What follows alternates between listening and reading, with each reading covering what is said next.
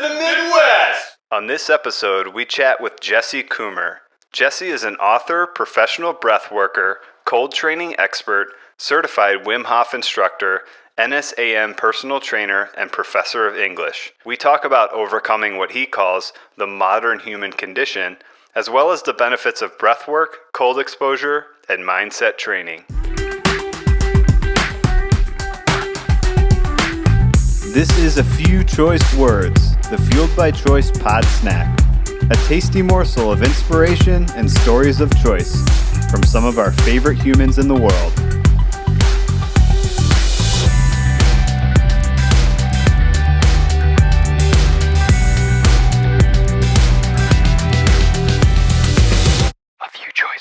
Hey, how we doing, guys? What's going on? This is Drew, and I'm here with Jason. Hey, man. Hey, Drew. What's up, Jason? How's it going, guys? Good to be here. Pretty good. Glad to have you on, and welcome to the Midwest. Oh, the Midwest is the finest. It is the best. We love that intro to your videos. That's right. Oh, dude. So where are you guys from? We're in St. Clair Shores, Michigan. Okay, yeah, you're right. I mean, you're Northerners, but but you know, you're pretty close. That's not too far away at all. Yeah, you're in Indiana, right? I'm just right down underneath in Indiana. That's right. I'm in southern Indiana, kind of close to the tip of. I'm right across the river from Illinois. I'm in like southwestern tip, I guess, of Indiana. So okay, I spent a decent amount of time. I used to be a big muskie fisherman, so there's a couple lakes in northern Indiana, and I would go there a lot in the spring. Yeah, they got a lot of cool stuff up there. Yeah, northern Indiana actually is the better part. So if you visited that. You saw us at our finest. Yeah, so. For sure. No, it's a cool state, man. Well, we love what you're doing, and it's great to have you on here. I've been recently looking into breathwork practices myself, being a yoga teacher, and I took one of your 30-minute videos yesterday before bed, and I felt complete euphoria after watching that. Right. It was one of the coolest things about it was a 30-minute video, and it seemed like you were timing it to the music that was playing. So all of the breath holds and the inhales and exhales and the counts that you were doing seem to be somewhat of tempo based. Yeah, I look at it as an art form of creating a breathwork practice. Now there's literally and this is one of the secrets of being of receiving breathwork, right? Is what I'm doing whenever I'm guiding breathwork. You've given me control of your autonomic nervous system. It sounds kind of creepy if it's a total. That's why you don't want to do that to just anybody right. on YouTube. And there's lots of just total morons on YouTube with these. Hey, guy, you're going to see God, and it's going to be DMD. And it's like, no. Seriously, you need someone who knows what they're doing. But basically, I get to have control over your autonomic nervous system for a little while and try to give you the best possible experience. And so I look at it as it's like writing a song or painting a portrait. It's really something special that a person is allowing me to have access to their autonomic nervous system for that amount of time. And so it's a beautiful thing that I think it's a beautiful thing, and I enjoy it a lot. So I'm glad you enjoyed that. I'm a science nerd myself. I'm a nurse anesthetist. So vagus nerve, a nurse anesthetist. So I will knock you out. Oh, I love you guys. Yeah. Okay. Hopefully wake you up. Yeah. Right. That's the goal. But you may see God. Yeah, you may with me. You don't might want see to. yourself from the roof, at the top of the room, and then have it come back, write a book or something. Yes. But the science component of it, and like polyvagal theory and the vagus nerve and how the diaphragm works and everything, like I'm totally into that. It's cool stuff. Awesome. Yeah. This is the fun stuff that it's hard to believe that it's all, a thing. If you would have told me it was a thing, 5 years ago, I knew about it, but 15 years ago, I would have been like, what? Yeah. It's hard to believe. And I read, let's see, I audibled the first half of your book. I haven't gotten into any of the specific breathwork practices, but one of the coolest things about hearing it was you were totally relatable to my situation. And I think relatable to a lot of people that have issues with mental health, issues sleeping, getting through the day on a normal basis, stress, whatever. So how can you tell us how you got into breathwork practice? Yeah, for me, it was a total, I was born a healthy person, you know? Mm-hmm. It was one of those things where I was really, I allowed myself to be messed up by what I call the modern human condition. And I think this is something that we see more times than not, and it manifests itself in various ways. But I've always been kind of a weird, two different major aspects of my personality is extreme extrovert. So I absolutely love people. It's my favorite thing to do, to be around people and to just be a conversationalist and to get to know people and talk and things. And then also I'm an extremely, I've had my whole life extreme social anxiety. Mm-hmm. So I've had this strange combination. And in addition to that, I just always had an enormous amount of anxiety, and I didn't understand why much of the things that people told me were good for me, like broccoli or, exercise or these things, they absolutely sucked. I was like, but they don't taste like this. Have you ever tried these sugar products, sir? Right. Or these, there's this thing called Munchos that I swear is just fried sodium. That's all they do is they just put sodium bags and then they deep fry it and they're like, here, eat this. And it's delicious, right? It tells your brain all these happy things. And I was like, there's a disconnect. And what it took me years to figure this out. And sadly enough, I didn't figure it out early. I made a lot of bad decisions with my life, and I started to try to find methods. And I think we all try to find ways to address that anxiety that we have in modern life. And so for me, eventually, I had some friends that were like, what would be really good for your stress and anxiety? You should smoke cigarettes. And I was like, guys, what is this, the 60s? I said, listen, guys, wait a minute. That sounds like a great idea. and so I smoked cigarettes, and then they say, hey, you know what else would be really great? And the progression, I don't know if how your high school was like, but for me, it was the progression. We were smoking cigarettes, then we were drinking alcohol, then we were smoking weed. And then is whenever a lot of people would drop off and they do their other things. But I was like, no, this stuff seems to be working really well. And so I had an addiction. I actually became addicted to a prescription opioid. And I was a slave to that for 10 years. You talk about hopeless addict. And what I was trying to do, I was trying my best as I could, as stupid as it was. I was trying to address this anxiety and this disconnect with between my psychology, my physiology, and the world that I lived in. And so fortunately, when I was in my late 20s, I decided, okay, so this has to stop. This has gone on way too long. I have to make a change.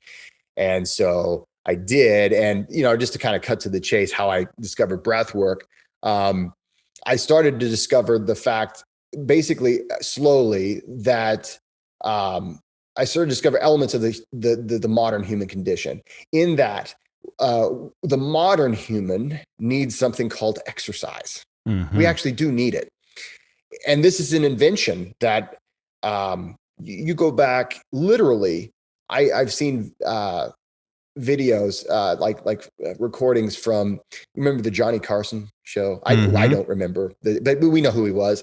Well, I live in a place called Vincennes, Indiana, and it is a place where there was a comedian named Red Skelton. And he was a huge world famous comedian back in the olden times, like back in the 50s. And he was on the Johnny Carson show, I think like in the 60s or the 70s. And Johnny Carson was like, have you tried this new exercise thing that everybody's doing? and I'm like, what are they talking about? Hasn't people, that's something we've always done. And then he's like, and they were acting like it was this new woo-woo nonsense. It's like, I don't do the exercise. I exercise every day. I get up and he made some stupid joke. And I was like, that is how new we just take it for granted. We just take it for granted. Oh, exercise. But if you go back 100 years and you say, let's go exercise, they may not even understand the word. Yeah. Like, you mean the demons? Like have an exorcist? So what we have here in this world is a disconnection between our environment and our psychology and our physiology. And so I discovered, okay, now I'm starting to feel better when I'm eating this food that they told me was good. I don't know why. I'm starting to avoid. But I, just in all honesty, though, I started with weight training. It was a joke. Actually in grad school, that's another dumb thing I did. I don't recommend whenever you're trying to quit prescription drugs, some kind of an addiction. I don't recommend enrolling in grad school, but that's what I did. And so, but as I was weaning myself off of this like insane addiction, but about halfway through, I was free of the actual addiction, the physical addiction. And so I was trying to figure out how to live life and how to survive and feel good and all these things. Well, my roommate in grad school, he said, hey, it would be just ridiculous. You should, I've got this book here, and it was Arnold Schwarzenegger's Encyclopedia of Bodybuilding. Oh, do you guys know what I'm talking about? I've seen pictures. Familiar with it. It's like classic, like muscle porn. It was just a bunch of these beefy dudes doing these workouts. Muscle Beach. Yep. It was exactly. And he's like, you should do that. And I was like, just a joke. I was like, yeah, I'm going to go be Arnold. So I started lifting weights, and I found out that I absolutely loved it. And I just fell in love with that.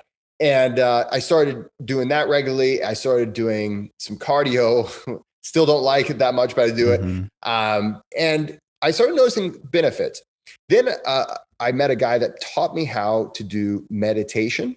And I started doing some yoga. And I started saying, oh, this is interesting. And I started looking into some of the research behind these practices. And I found that, okay, people talk about these natural highs. People talk about, being able to really focus, to be able to relax. And so I started doing pranayama, and I was so disconnected from really anything at the time that I didn't really get much out of that. But I stumbled across Wim Hof, and I was scrolling on the internet one day, and I realized I was terrible at meditation. So I was like, okay, I need to figure out a better way. And so I was scrolling on the internet, and back then, Facebook was actually a thing that the average person would actually engage in, and not be totally ashamed of themselves. So I was scrolling through Facebook, and back then they also had a lot more like articles that you might be interested in. And there was an article that said, learn to influence your immune system consciously. And I was like, oh, this is just a bunch of woo-woo nonsense. And I clicked on it. Right? I was planning on judging it and then going about my life. And, but there was science there. There was, this is back before Wim was he wasn't all silly and jokes. It was like this guy who I was like, man, this guy seems serious, and he seems like he's doing something really incredible, and he's setting all these records. And he gave a great interview, and I started to do Wim Hof Method, and it was just changing my life. And so I got to train directly with Wim Hof. I was in the first class of American Wim Hof Method instructors. And then I just had to know more about this breath thing. And so I kept on doing any kind of retreat, any kind of workshop, any kind of book, any kind of anything that I could practice, I would do. And I realized that I still was just kind of grasping at straws. And so the idea to write the book, A Practical Guide to Breathwork, came when I was like, the book that I want to exist doesn't exist. And so I'm like, okay, I guess I'm supposed to write this book, because I think there should be a book out there to basically just outline to a person how it is that we're messed up as a species, and not in a bashy, like, modern life is awful, because I never want to go back to the caveman days. I like the fact that we're able to talk, and it's, for sure. It's just 7:00 on Eastern Standard Time. Let's just talk to people that were used to be so far away, we would never even know we existed. So I like living in the modern world, but our autonomic nervous system is getting confused all the time, right? And so learning to live that way and learning to deal with the modernity that we live in, I think, is a tool that is important.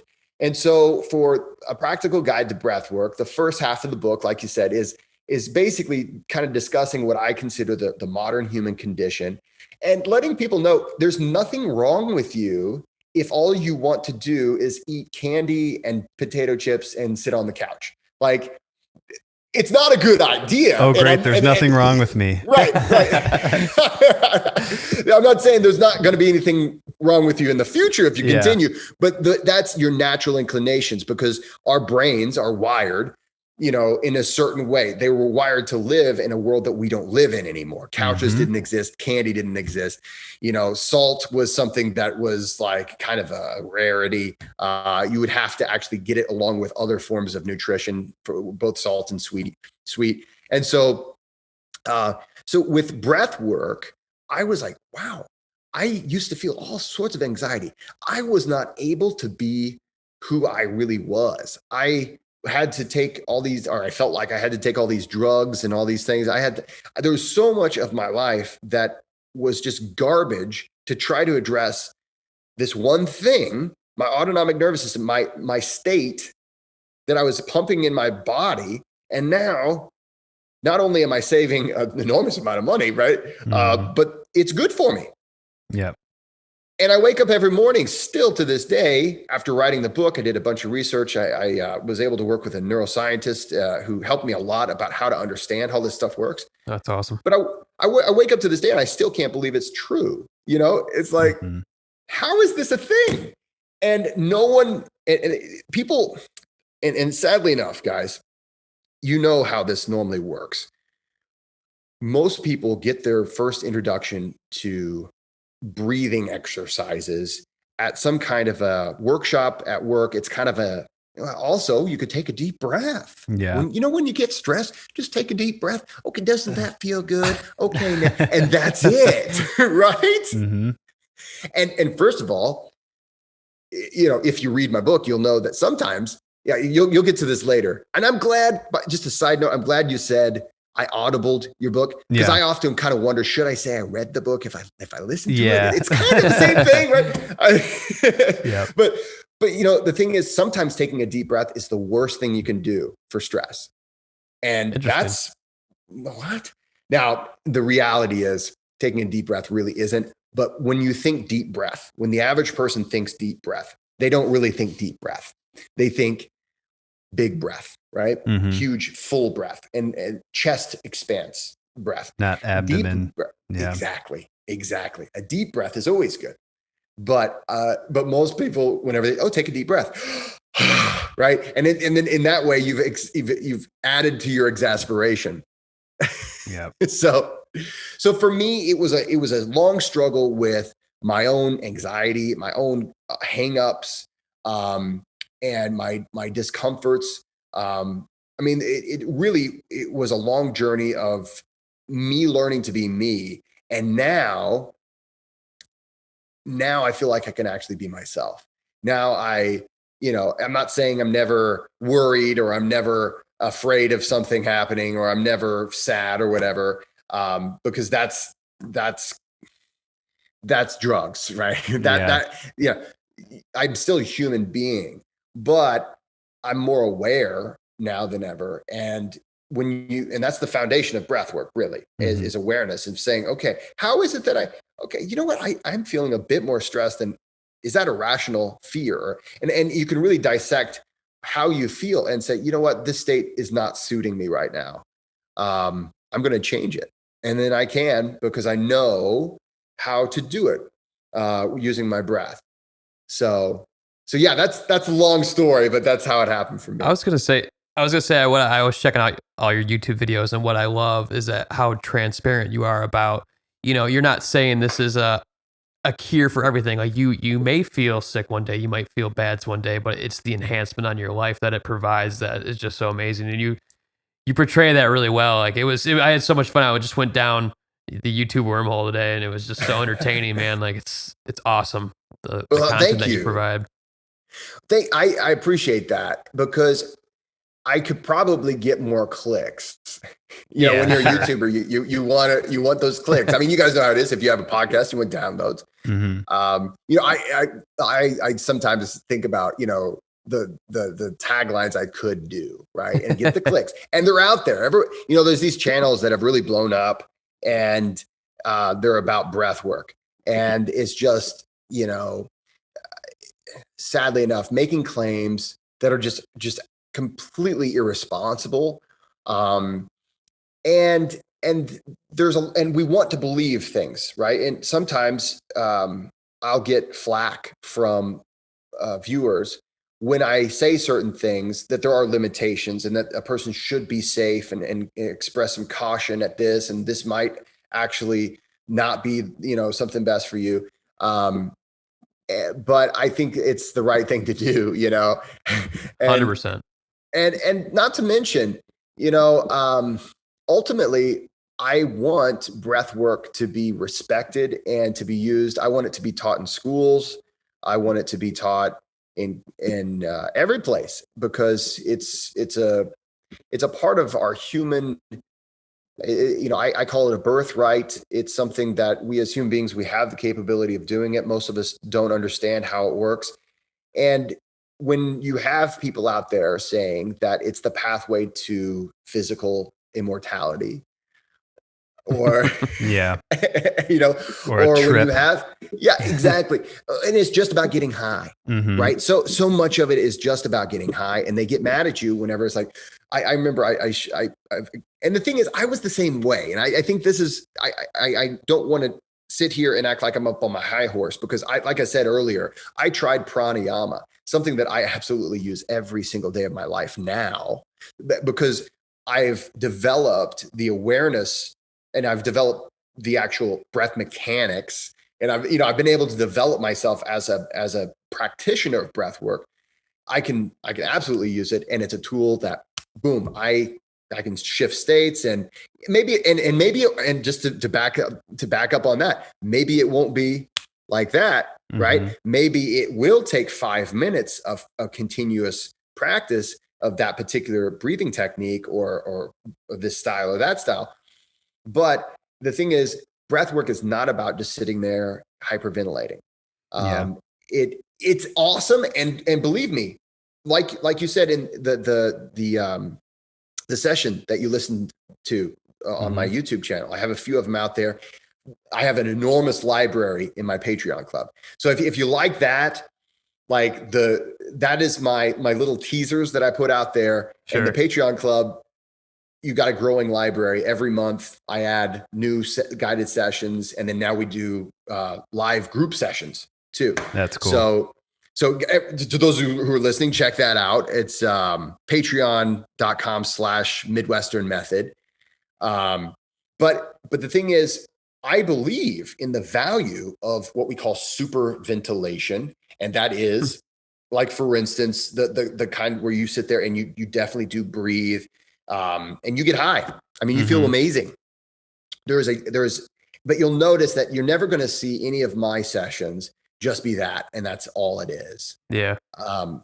For many reasons. First of all, I guarantee you had a better experience because it wasn't just that, because I set you up for a successful experience in that, but also because that's not all there is. And if that were all there is, I wouldn't be so excited about breath work, because that's kind of limited. Yes, it's an amazing way to break patterns and interrupt the dopamine feedback loop and have emotional releases and trauma release. I mean, it's an incredible therapeutic tool if you're using it as a tool. So one thing that I think of when I talk to you and your past and your weight training and going to the Wim Hof training is you're an extreme guy. So you put yourself in those uncomfortable situations, and then you flourish after doing that. And one thing that I noticed about the breathwork practice that I wasn't expecting were the neutral lung 1.5 2-minute breath holds. And I remember sitting there and you're guiding me or the viewer through it. And it's like, you're going to feel uncomfortable. You're going to sit there. It's going to feel like you need to take a breath, but guess what? You can do it. And you're going to feel that much better after you're done. Yes. So that's one thing that I loved about it is I wasn't expecting it. And then all of a sudden I'm holding my breath for 2 minutes and I did it. Yeah, exactly. And the thing is, we are capable of so much. So, and I love, and I think you're right. You might have pegged me.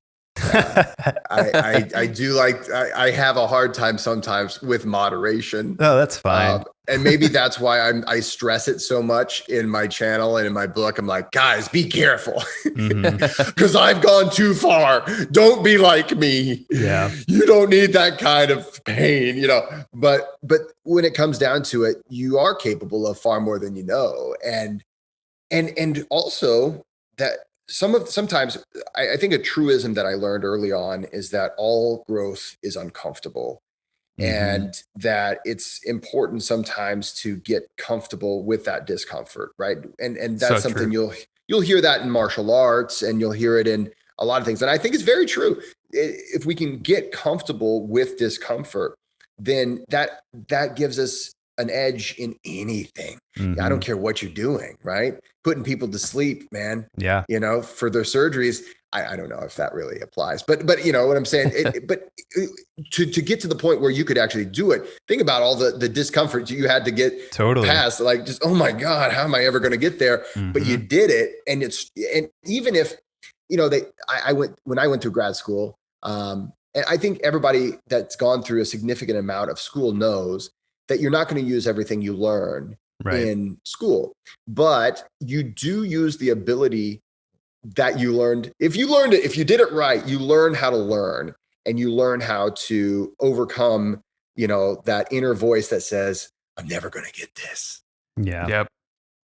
Right. And so that's just another testament to that, how growth oftentimes just it's not a comfortable thing, but it's a valuable thing. It's so true. I wanted to touch on Wim Hof. It's funny how you mentioned that you were scrolling through Facebook, because I didn't realize the Iceman was Wim Hof.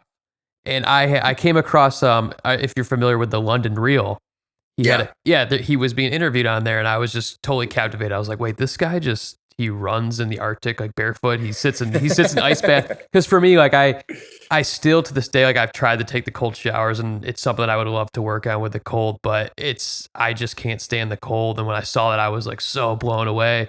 And then to find out he was he is the same person, that you had this connection and you've done the training with him, is incredible.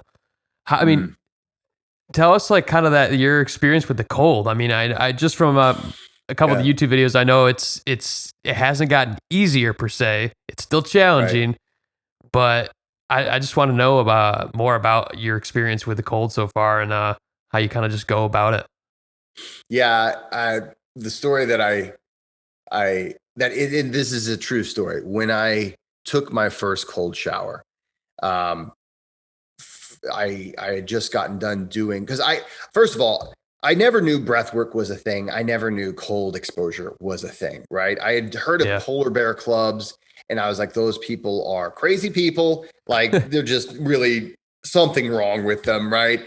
And then I just kind of judged them and moved on with my life. And so whenever I found out about Wim Hof Method, I was like, well, and this is where I try to bring sanity to the world, right? I believed that somehow if I practiced Wim Hof Method, I would never get sick again, and that I would never have any problems pretty much again. And so this led me to, okay, I'm going to do this breathing technique. Oh man, I feel amazing, right? If you ever do Wim Hof Method breath work, it feels amazing. Well, I finished that. And then I was like, well, I guess the next thing to do is just nail this cold shower. It won't be a problem at all. And I walked in there, and it was February in Indiana. And that's like February in Michigan, only maybe not quite as intense, but it's cold. I mean, it's cold. Yep. And so I'm glad you're in the United States. I can give you Fahrenheit. I can talk in feet and miles. But it was I found this out later. But my shower, my tap water is in the cold, which is January, February, March. It gets down to about 45 degrees, and we're talking that is cold. Mm-hmm. That is a cold shower. So I got in the shower, and I didn't do the thing which would be what I recommend for everyone. Now I say, well, get into a warm shower and then slowly move your way down to cold. That's my advice to you, by the way. Okay. I would say start with something that you're comfortable with, and then just slowly kind of edge it down to, okay, any more and I'll be uncomfortable. And then just kind of do a little slip, right? And stay in that discomfort for just a little time. Then you can turn it off and then conquer the day the next day. But what I did is I got in there like a jackass, and I said, Wim Hof, and I turned the knob just straight to cold, as if there's the extremist coming out again. Yep, there it is. Yeah, and like the best example, I guess, the best metaphor is like whenever you watch the cartoon and the skin separates from the skeleton. Mm-hmm. Oh yeah, that was my experience with my first cold shower. I couldn't get out fast enough, and so I said, "There's just no way I'm going to ever do this." And so I put it down for a little bit of time, and then the spring rolled around, and I did my very first mow for the season. And I've had for years, at that point, just year-round allergies, just seasonal allergies, environmental allergies, just all the time allergies, always being on medicine. And if you're ever if you guys know what it's like to be on allergy medication. Oh yeah, I have same boat, terrible allergies, especially being in Michigan, man, a lot of mold in the air. Oh yeah. I'm sure. And so here's the thing. If you know about it, you also know that even if you take your allergy medication, it's not like it really just totally goes away. No. But it's like, okay, I can live my life and not hate every second of it, right? So I went out, I mowed, and I came in, and I was just feeling miserable. And I was like, you know what? I'm kind of hot and sweaty, and I feel terrible. I'm going to try that cold shower again, but I'm going to do what I should have done in the first place. And I'm going to start kind of lukewarm and then work my way to kind of chilly water. And that's what I did. And I felt like I had done something superhuman afterwards. I was like, oh, I can't believe it. I took a cold shower. And I don't think there's anything wrong with believing that you're superhuman after that, because no one else is doing it, right? Yeah. Most people are like, I can't believe you can do something like that, right? And so I was like, okay, cool. And I felt better. I didn't feel like perfect, but I felt better after a cold shower than I felt before.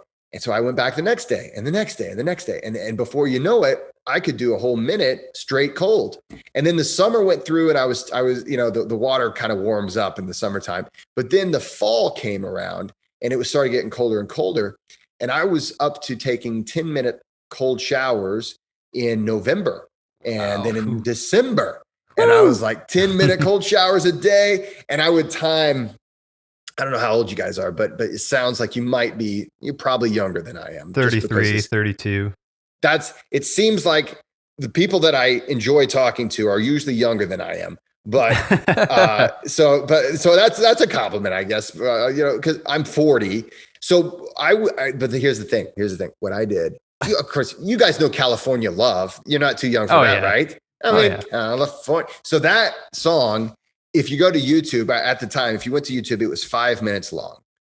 And so exactly 5 minutes. That's the whole video, down to the guy at the end who's like, on the Richter scale, that guy. So I would play that twice, and I would know that when it played twice, then I could get out of the shower. And so I made it really fun. I said, I'm going to associate this unpleasurable experience with something that's pleasurable and just have a great time with it. So then I started listening to pirate music and Viking music and all this other stuff, just really having a great time. And so before I knew it, I was like, this has become such a great part of my life. And then I noticed that one day I was like, I haven't had a single allergy symptom. I don't remember when I had I still take this crap, but I don't think I need to anymore. Mm-hmm. So the spring rolled around. The true test. And it was the true test. And I said, am I going to do it? I tell you what. So I stopped taking my year-round medicine in like January. It was whenever like the major allergens hadn't hit yet. But I still, strangely enough, even during the winter times, I would have like just allergies all the time. My sinuses and ears would always get infected. Well, that year I went without any medicine, and I haven't taken any since. So how long has that been now? That has been, let's see, I think that was 2015. Wow. Cool. So, and what was crazy is that they were getting worse every year. Every single year they were getting worse. And I was like, man, I'm going to have to get some stronger dope, right? But then I started doing these cold showers. Now, I will say this, that I have since, and I thought, okay, so some people will hear this and they're saying it cured his allergies. And I don't want that to be what anybody takes this as. It did not cure my allergies. It has been it's my medicine. So it's how I treat my allergies. It works better than all the stuff that I was taking before.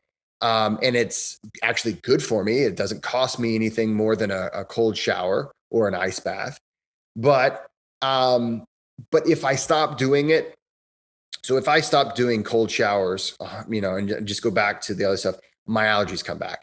And I didn't think I was hoping this wasn't going to be the case. I was like, oh, maybe I'm just fixed. Yeah. But what happened was when COVID hit, so it was like March of last year, for some reason, I stopped.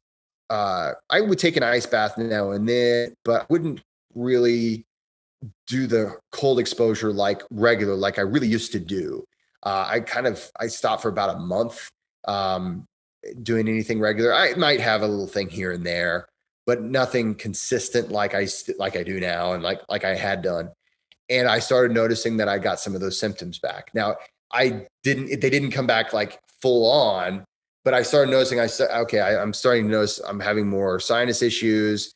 I've got that scratchy feeling. My eyes are kind of itchy now and then. The little, it's like, hey, I'm coming back. I'm still here. Yep. And then I got back into cold exposure and it went away again. So that's not the kind of the nice thing about that. But what do you think physiologically is going on there? For me, I think there's a few different theories, but I believe my own personal theory is that I am giving myself a regular dose of norepinephrine, mm-hmm. and cold exposure has been shown to be a consistent norepinephrine provider, or at least a stimulus. Mm-hmm. And the interesting thing about it is that they've done studies and it doesn't decrease. Like, you don't build a tolerance. So for instance, if I take a 1 minute ice bath today, and then I take it tomorrow, and then every single day for 100 days, on day 100, I'll get the same exact norepinephrine release as on day one. Mm.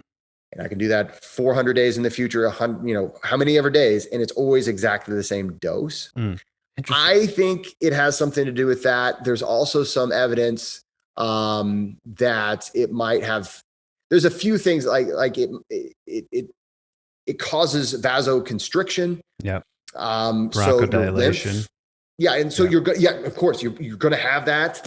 But that in itself, there's all sorts of things that do bronchial dilation, right? And so I feel like I'm getting such a powerful dose of norepinephrine on a regular basis that it keeps my symptoms in check. That's my theory. I don't honestly have an answer because I really don't know. For some people it works. because I now with Wim Hof Method, there's also so some of the interleukin, there's some of those things happening that will dial back the immune response. Exactly. Yeah. So you're going to have some of those things. It could be that. Some people will practice Wim Hof Method and they'll also have an alleviation of allergies. Others will, I've trained thousands of people in Wim Hof Method over the years. And so I've run into plenty of people who, hey, I still need that prescription. And they feel bad about it and they shouldn't.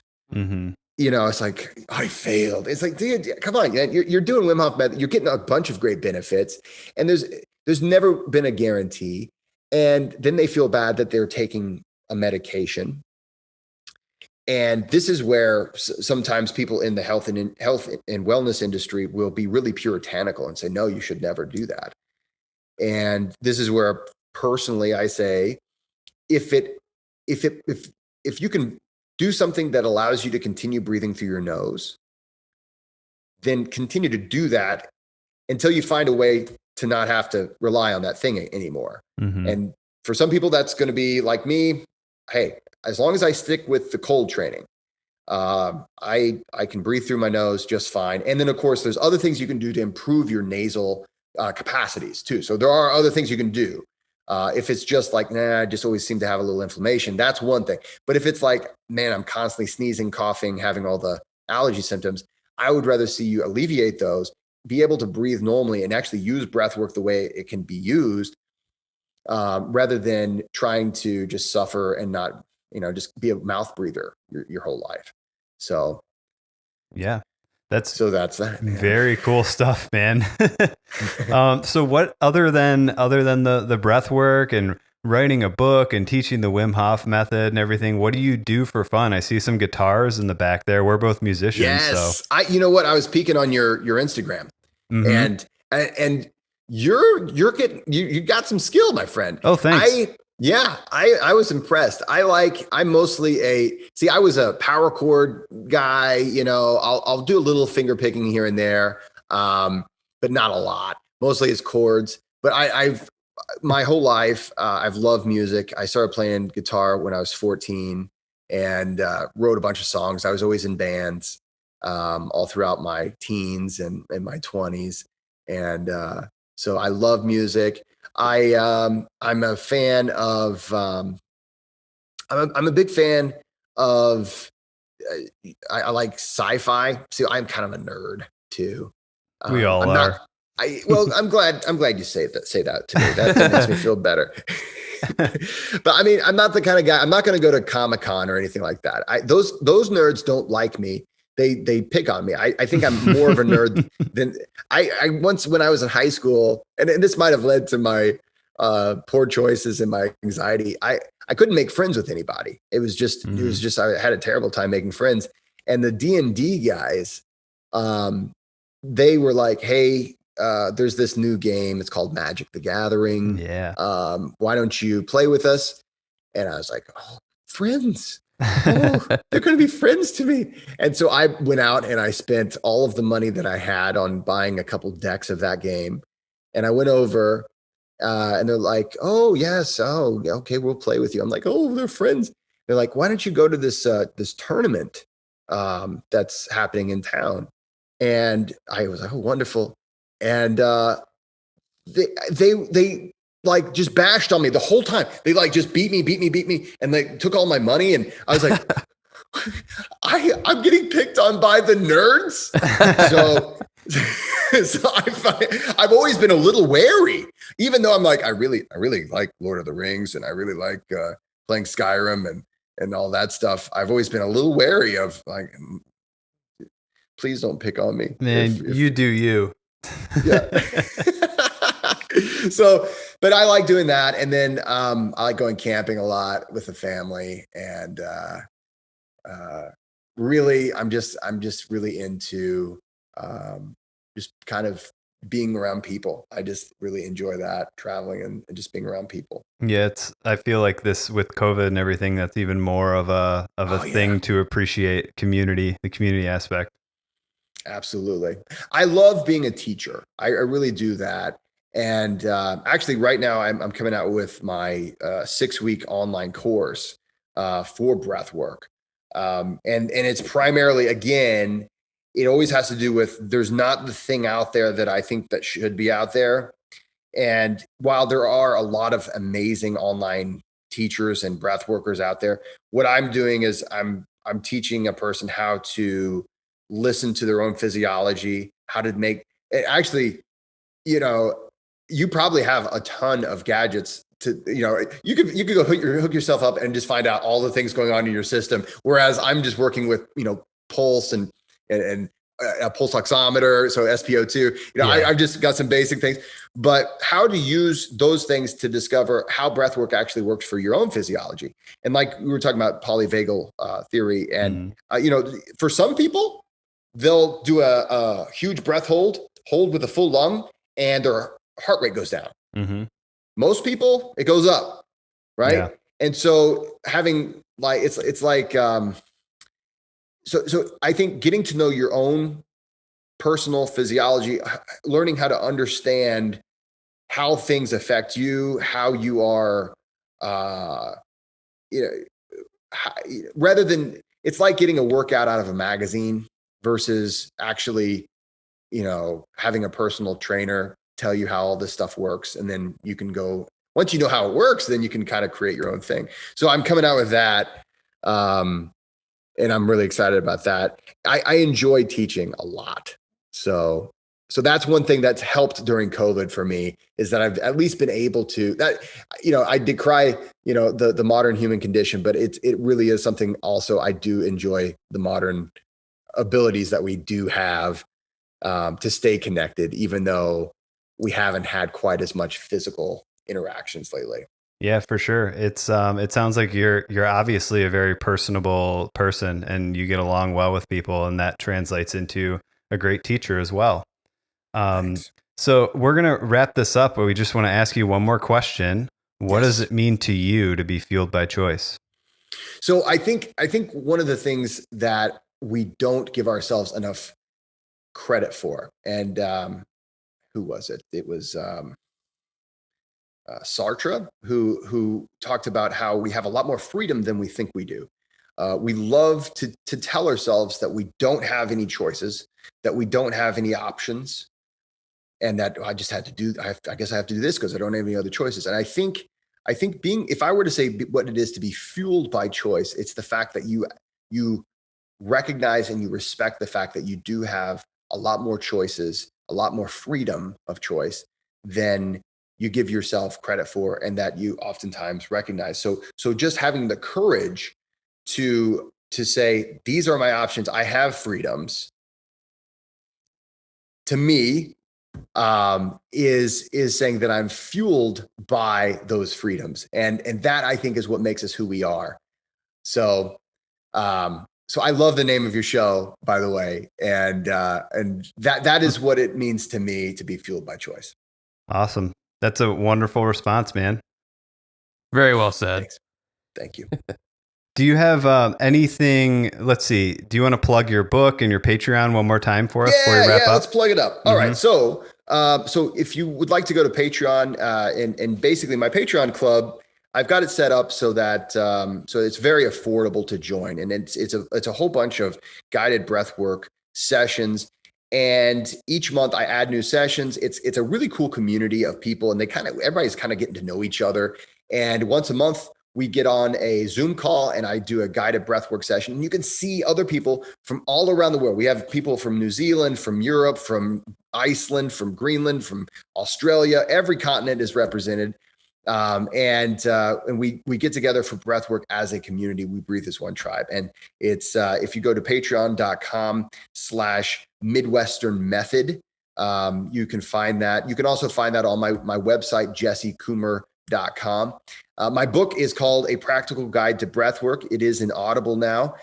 If you get the Audible version, so there's benefits to getting the Audible. There's benefits to getting the actual print copy. The print copy does have visual representations of breathwork, and there are some graphs and charts in there that are not, of course, a Audible version. But what I do in the Audible is kind of nice too. At the end of the Audible, there are guided breathwork sessions. So you can actually just have those on your phone anytime you want to jump into them. There's a guided breathwork session for a lot of different purposes.